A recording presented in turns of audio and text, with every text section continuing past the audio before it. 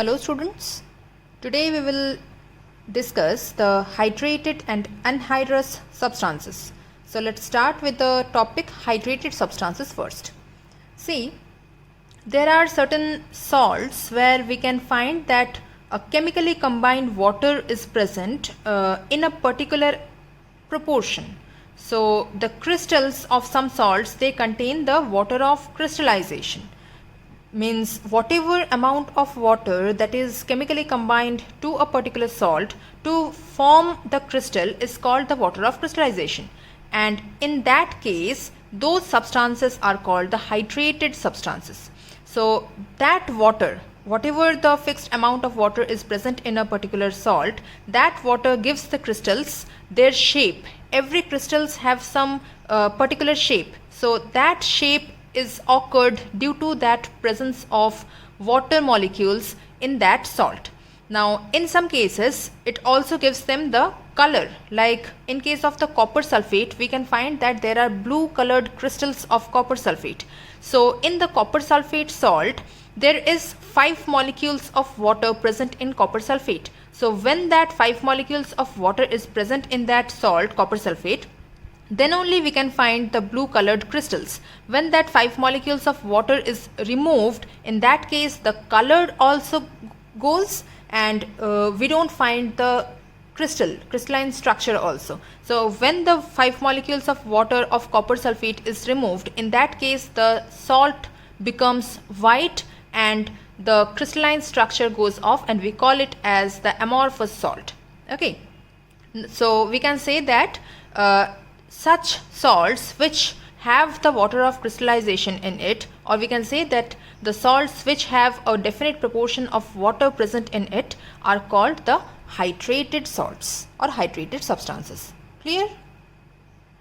So we can define the hydrated substances as the substances which contain the chemically combined water molecules in a fixed proportion which provides color or shape to the crystal, are called the hydrated substances. Okay, and that fixed proportion of water molecule which is present in the hydrated substance are called the water of crystallization. Okay, that fixed amount of water is called the water of crystallization.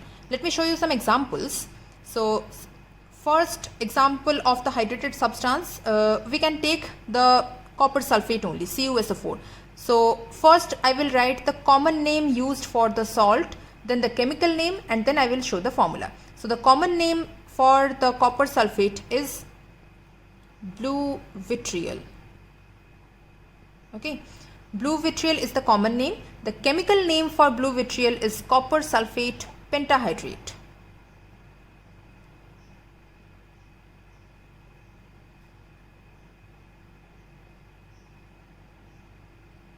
And what is the formula for this? This is CuSO4, copper sulfate dot 5H2O. Now see, copper sulfate is the main salt and there are 5 molecules of water present in the copper sulfate crystal. Due to this 5 molecules of water, as I said, that color and shape of the crystal is formed.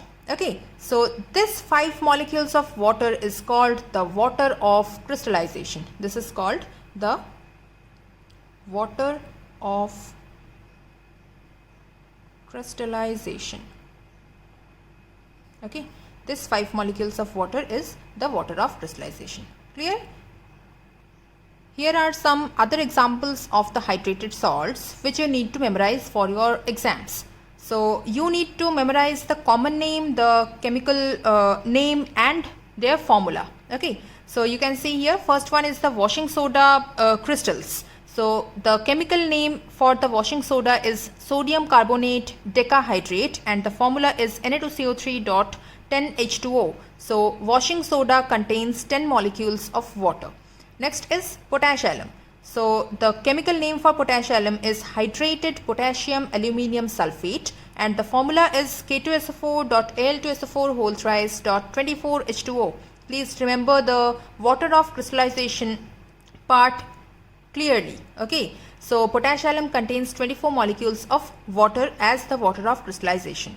Next is Epsom salt. Epsom salt is the common name for magnesium sulfate heptahydrate. So the formula is MgSO4.7H2O. Next is Glauber's salt.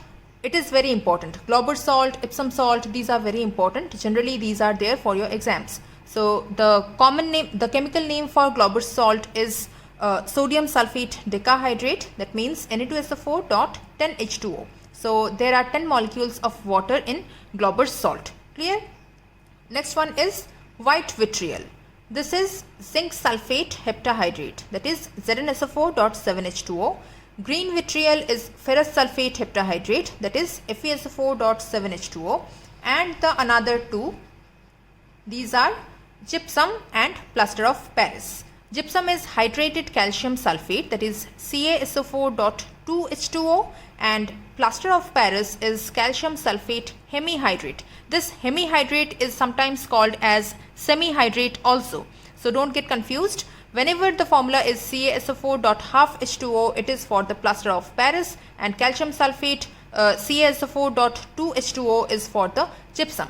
Clear? So you need to memorize all these common name, chemical name and formula for the hydrated substances. Clear? Now see, if we remove this water of crystallization from this overall molecule, then that substance will form the anhydrous substances. So how can we explain the anhydrous substances? Anhydrous substances are those substances which contain no water, but this removal of water molecules from a crystalline substance, that is from a hydrated substance, that will lead to the formation of anhydrous substances. Any substance which contain no water is not called the anhydrous substances. Rather, the substances after removal of the water molecules from the hydrated substances, they are called the anhydrous substances. Clear? So in order to form the anhydrous substances, we need to remove the water of crystallization from a hydrated substance, and that removal of the water of crystallization from the hydrated substances, it can be done either by heating the substance or by heating in dry and hot air, or we can say that heating the substance in vacuum, or we can use some dehydrating or desiccating agents to remove the water of crystallization present in the hydrated substances. Now I said that that water of crystallization is responsible for the formation of the shape to the crystal, right? But some substances are there which does not contain any water of crystallization, but they are crystalline in nature. So we can take the examples of sodium chloride, that is common salt. It doesn't contain any water of crystallization, but it is crystalline in nature, right? Again, nitre is potassium nitrate, KNO3. So that one also originally it is crystalline in nature, but it has no water of crystallization. Again, sugar cubes, it has the crystalline structure, but there is no water of crystallization. Potassium permanganate, KMNO4, it also doesn't have any water of crystallization, but it is crystalline in nature. So these are some substances which does not contain any water of crystallization, but they are crystalline in nature. Okay.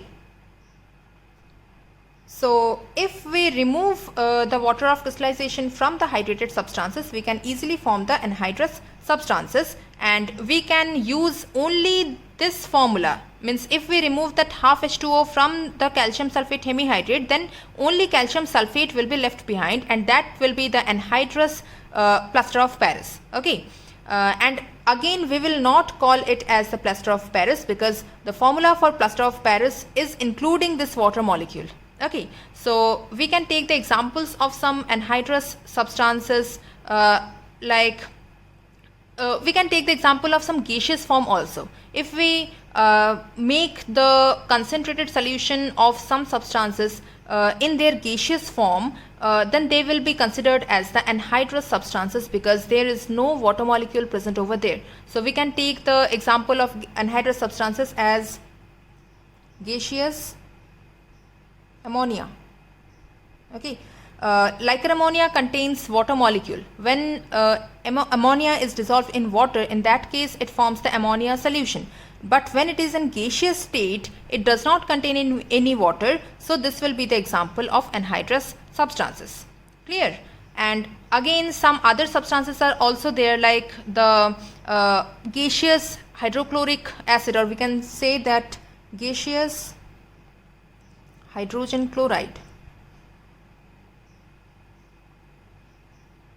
These are some examples of the anhydrous substances which does not contain any water of crystallization. Again, those substances which I have mentioned earlier, that sodium chloride, KNO3, KMNO4, they are also the examples of the anhydrous substances, because they are the crystalline forms but they don't contain any water molecule over there.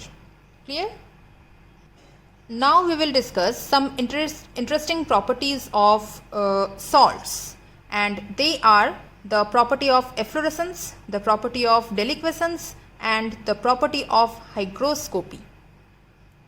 See, some salts are there which loses their water of crystallization when they are exposed to the dry air. Okay, so those substances are called the efflorescent substances, and the property is called the efflorescence. So we can define the property of efflorescence as the property by virtue of which a substance loses its water of crystallization on exposure to dry air. This one is important. Losing of water of crystallization when it is exposed to dry air. So this property is called the efflorescence, and the substances are called the efflorescent substances. Now we can take some examples. See, as I said that washing soda contains 10 molecules of water as water of crystallization with it. So we can take the example of washing soda, that is Na2CO3.10H2O.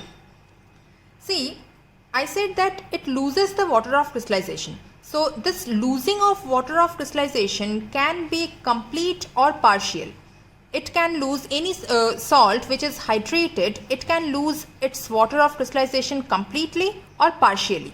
See, in case of this washing soda, when it is exposed to dry air, it loses its 9 molecules of water, but 1 molecule of water is retained with this sodium carbonate. Okay, so it forms Na2CO3.1H2O, monohydrate.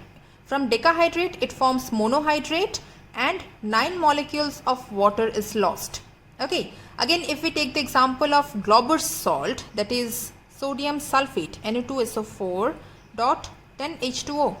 So here also 10 molecules of water is there, but when it is exposed to dry air, this water molecule is lost completely. Okay, so it forms Na2SO4 plus 10H2O. Clear? So in this way, efflorescence is the property where a substance can lose its water of crystallization either completely or partially on exposure to dry air. Okay, so this property is called the efflorescence, and the substances are called the efflorescent substances. Clear? Next property is the property of deliquescence. Deliquescence is the property which is shown by certain water soluble substances. So when these water soluble substances, they are exposed to the atmosphere, in that case they can absorb the moisture from the atmosphere, they get moistened from the atmosphere, and ultimately they get dissolved in the absorbed water and they form the saturated solution. So this property is called the deliquescence, and the substances which show the this property, they are called the deliquescent substances. We can take some examples. NaOH, that is the caustic soda, NaOH, KOH, magnesium chloride, again calcium chloride, again ferric chloride. We can take some other examples, so zinc chloride. So these are some examples which show this deliquescence property. Whenever they are exposed to the atmosphere, they absorb the moisture from the atmosphere, and ultimately they get dissolved in the absorbed water only. Okay, again don't get confused that whenever we see the table salt, that is common salt, okay, sodium chloride, sometimes we see that when there is humidity in air, or we can say that in rainy seasons, we sometimes find that the table salt turns watery. Okay, when it is exposed to the air, it absorbs the moisture and finally dissolves in it. Okay, but please keep it in mind, sodium chloride is not the example of deliquescent substances, because sodium chloride is not at all deliquescent. Rather, whatever salt we take as the common salt or as the table salt, it is the commercial version of the table salt. Okay, so that contains some impurities like magnesium chloride and calcium chloride, which are deliquescent. This magnesium chloride and calcium chloride, they are deliquescent in nature, but as they are present in the table salt that we use generally for our food purpose, so due to the presence of these salts, that sodium chloride turns to watery. Okay, it forms a saturated solution by absorbing the moisture from the atmosphere, but NaCl is not deliquescent at all. Please keep it in mind. Okay, next property is the hygroscopy. See, this property hygroscopy is quite similar to that of the deliquescence, but only one difference is there. In case of the deliquescence property, we have said that it absorbs the moisture and ultimately it gets dissolved in the absorbed water to form the saturated solution. But in case of hygroscopy, the salts, they absorb the moisture from the atmosphere without getting dissolved in the absorbed moisture. Okay, this is only the difference between the hygroscopy and deliquescence. So the substances which absorb moisture from the atmosphere when it is exposed to the air, they absorb the moisture, but they don't get dissolved in the absorbed moisture. Okay, so that property is called the hygroscopy, and the substances which show such property, they are called the hygroscopic substance. This is not hydroscopy, this is hygro, G-R-O. Okay, so hygroscopy is the property of the salts which by virtue of which the salts absorb moisture from the atmosphere without getting dissolved into it. Okay, so let's take some examples of hygroscopic substance. Here we can take the examples of concentrated sulfuric acid, H2SO4. Though it is in liquid state, still it has the property to absorb moisture without getting dissolved into it. Okay, the concentration of the sulfuric acid won't get changed. Again, we can take the example of phosphorus pentoxide, that is P2O5. Again, quicklime CaO, it is also an example of hygroscopic substance. Again, we can take the example of silica gel. Okay, so these are some examples of hygroscopic substances. Clear? Now we will learn about some different types of salts which are used as the drying agent and dehydrating agent. See, both these drying agent and dehydrating agents, they have the ability to remove the moisture from the substances. So the substances which remove the moisture from other substances, they are called as the drying agents. Okay, they remove the moisture from other substances. So almost all hygroscopic substances are the drying agents, and the drying agents are also called the desiccants or desiccating agents. Okay, and dehydrating agents are the substances which remove the water molecules from the compounds. That means they have the power to remove the chemically combined water. That is, they are capable of removing the water of crystallization also. Clear? So they are called the dehydrating agents. So we can say that drying agents can remove the moisture which is not chemically combined. Okay, it can remove the moisture from other substances. They are also called as the desiccating agents or desiccants. Okay, so we can take the examples. For example, we can say that almost all hygroscopic substances,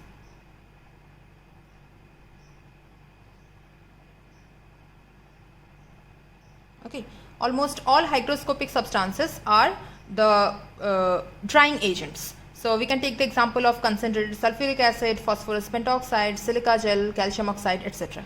Okay, that is quicklime. And in case of the dehydrating agents, they have the ability to remove the chemically combined water, that is water of crystallization, okay, from the other molecules. So concentrated sulfuric acid is again another example of dehydrating agents. So concentrated sulfuric acid, it can act as both drying agent and dehydrating agent, okay. So we can take the example of concentrated H2SO4, that is sulfuric acid. So from these properties, only the definition and examples are important for your exams. So go through these topics very carefully, because in your exams you will have to write the definition and you have to incorporate the examples with them also. So please go through these properties of the salts, the anhydrous and hydrated substances, and regarding those water of crystallization, means the salts which contain the water of crystallization and which are called the hydrated substances, which I have given you the examples with the chemical name and common name and the formulas. Please go through these in detail. So this was all about this chapter, water. So the chapter is finished, because for this pandemic situation, ICSE, they have reduced the syllabus. So for your exams, only this much is there in your revised syllabus, okay. So this chapter is also finished.